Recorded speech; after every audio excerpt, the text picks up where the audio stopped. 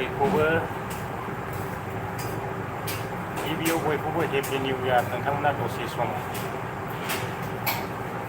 आंनि खामानिखौ नायनो हागोन, आं माबायदि खामानि मावदों मावाखै।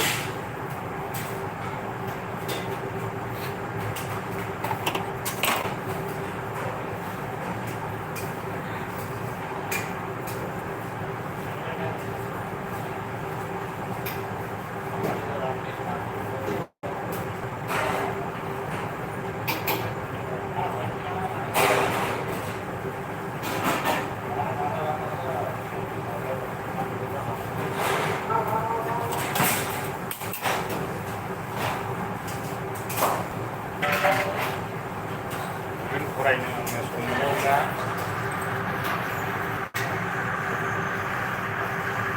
फरायनाय जायो।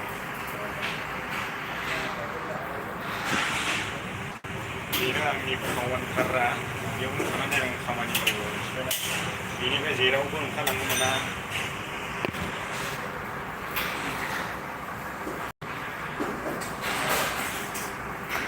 आं सान्दुंनिखौ देखायनि। बे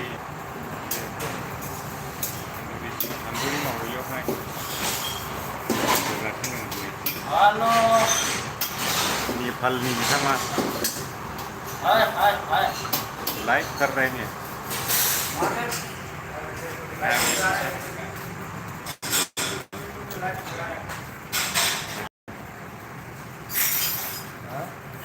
मैगं हागासिनो दं लोगोफ्रा।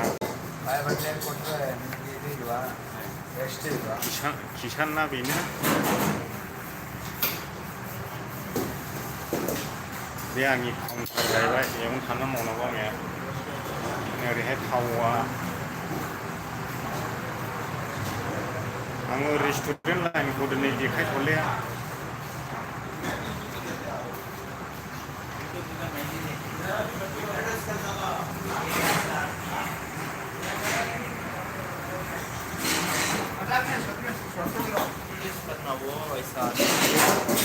यूट्यूब में सर्च करेगा तो मिल जाएगा, अभी आगे देखने को मिलेगा।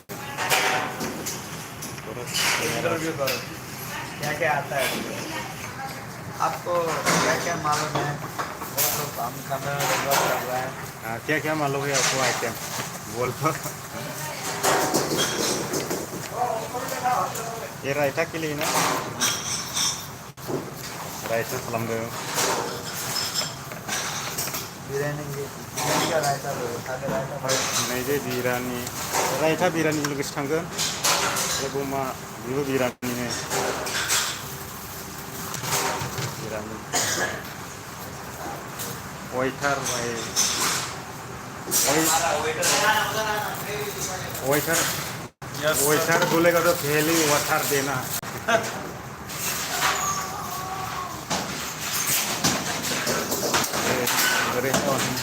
गिरिजा बायदि बानायनाङो सामब्राम जहल।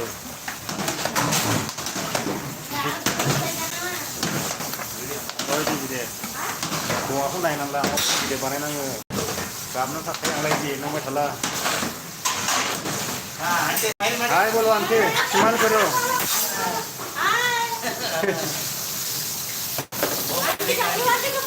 हाँ हाय बोलो। Hello hi. आङो दसे माबा खामानि मावनोसै। आङो कमेन्ट फरायनो सम मोननाय नङा दे। नोंथांमोना मा मावो होननानै सोंबाय थानायखायसो आं दसे लाइभ फैनानै नोंथांमोननो खोन्थादों। 4 मिनिट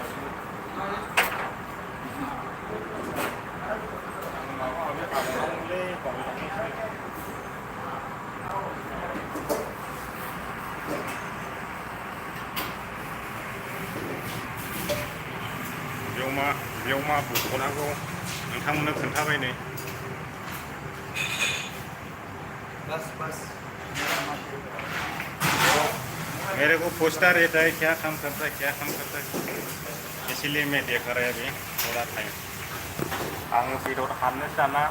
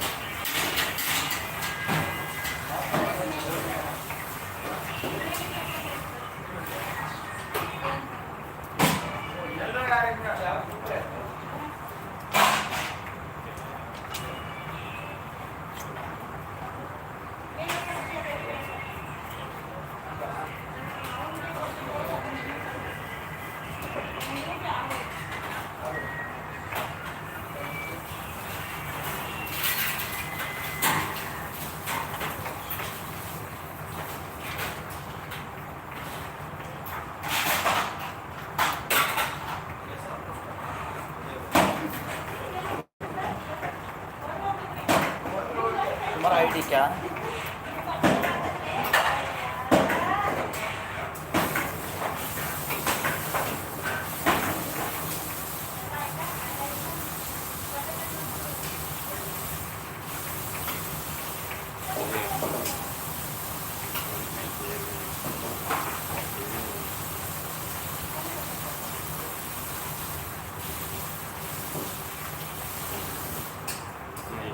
Yeah, we like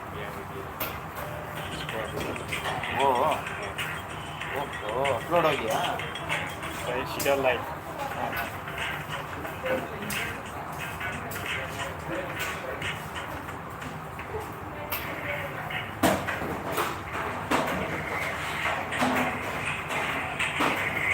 अभी वही है वही चल रहा है पीछे का वही चल रहा है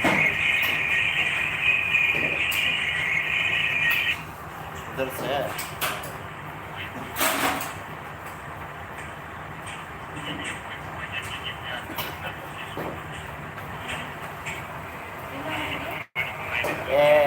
ವಿಡಿಯೋ ಮಾಡಿರೋದು ಈಗ ಮಾಡಿದ್ನಲ್ಲ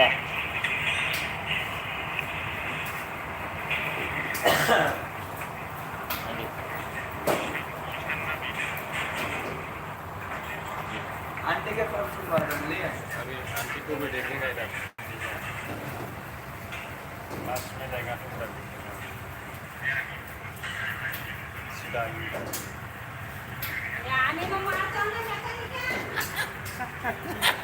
क्या मतलब कोई गाड़ी मालूम नहीं है मैच को चल रही है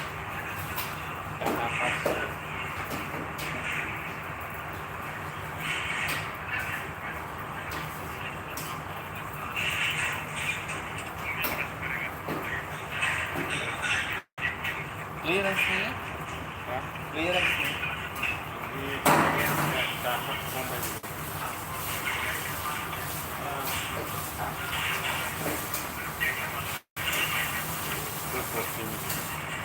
कितना करें ना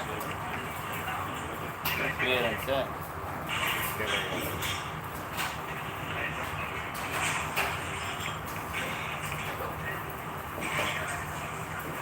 वो क्लियर है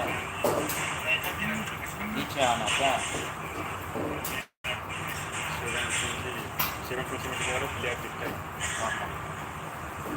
वीडियो देखने का थोड़ी सी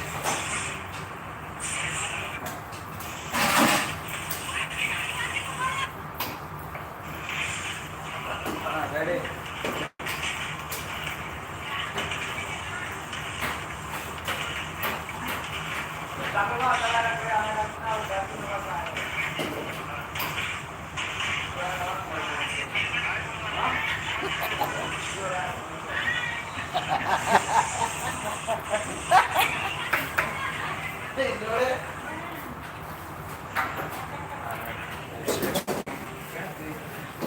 दा बेनो लोगोफोर आंनि खामानिया आङो नोंथांमोननो खिन्थाबाय ओमफ्राय नै आङो बेखौहाय दा आखाइ सुगोननि र'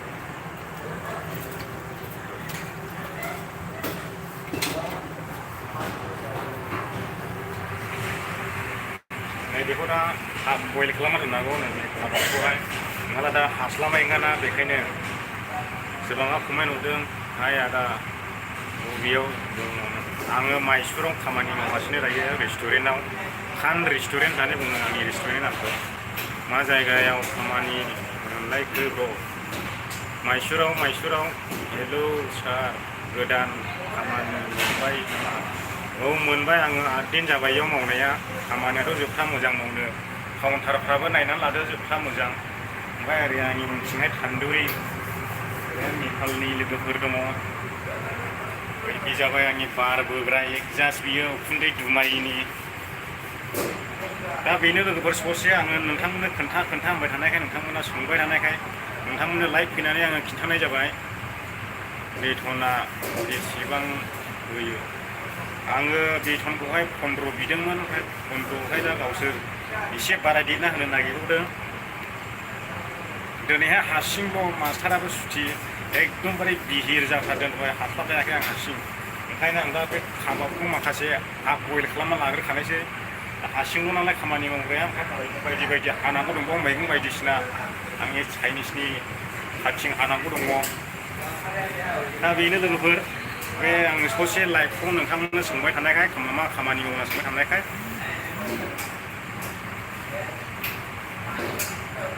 मा खामानि मावो होनना सोंबाय थानायखाय आं नोंथांमोननो दसे लाइफ फैनानैब्लाबो खिन्थाबाय आंनि खामानिया दा बेखिनियावनो आं बेयाव सोलिथ'नानै दङ दासान्दि बेनोसै आरो लास्टआव जोबनायनि सिगां बयखौबो एडभान्स हेपि मेरि क्रिसमास सोरबा बेदर गोदाजेनबायानो माखासे जानोसो लुबैलायनानै अमा बेदर गोदानाय नुनानैहाय बर'दिनाथ' गाबोननोसै जाहैबाय गाबोननिफ्रायनो हाबगोन ओमफ्राय 25आवसो मेन जायो ओमफ्राय सानबानि उनावनो गोदान बोसोर हेपि निउ इयार बयखौबो हेपि निउ इयार बर' आ गया ना happy new year happy new year आ गया ना बोलो सबको happy new year happy new year. अभी मैं वहीं पे ख़त्म कर रहा है पूरे दिल के लिए दिखाया पूछता रहता है दोस्त लोग मेरा सब्सक्राइबर लोग सब पूछते हैं कहाँ पे काम कर रहे हैं कुछ बोलता नहीं इसलिए मैं पूरा लाइव करके दिखाया है दिनैनि थाखाय बेखिनियासो लोगोफोर बयखौबो दसे सम लाइभआव थानायनि थाखाय आंनि गोसो गोरबोनिफ्राय रोजा रोजा साबायखर बावहरनाय थाबाय बाय बाय।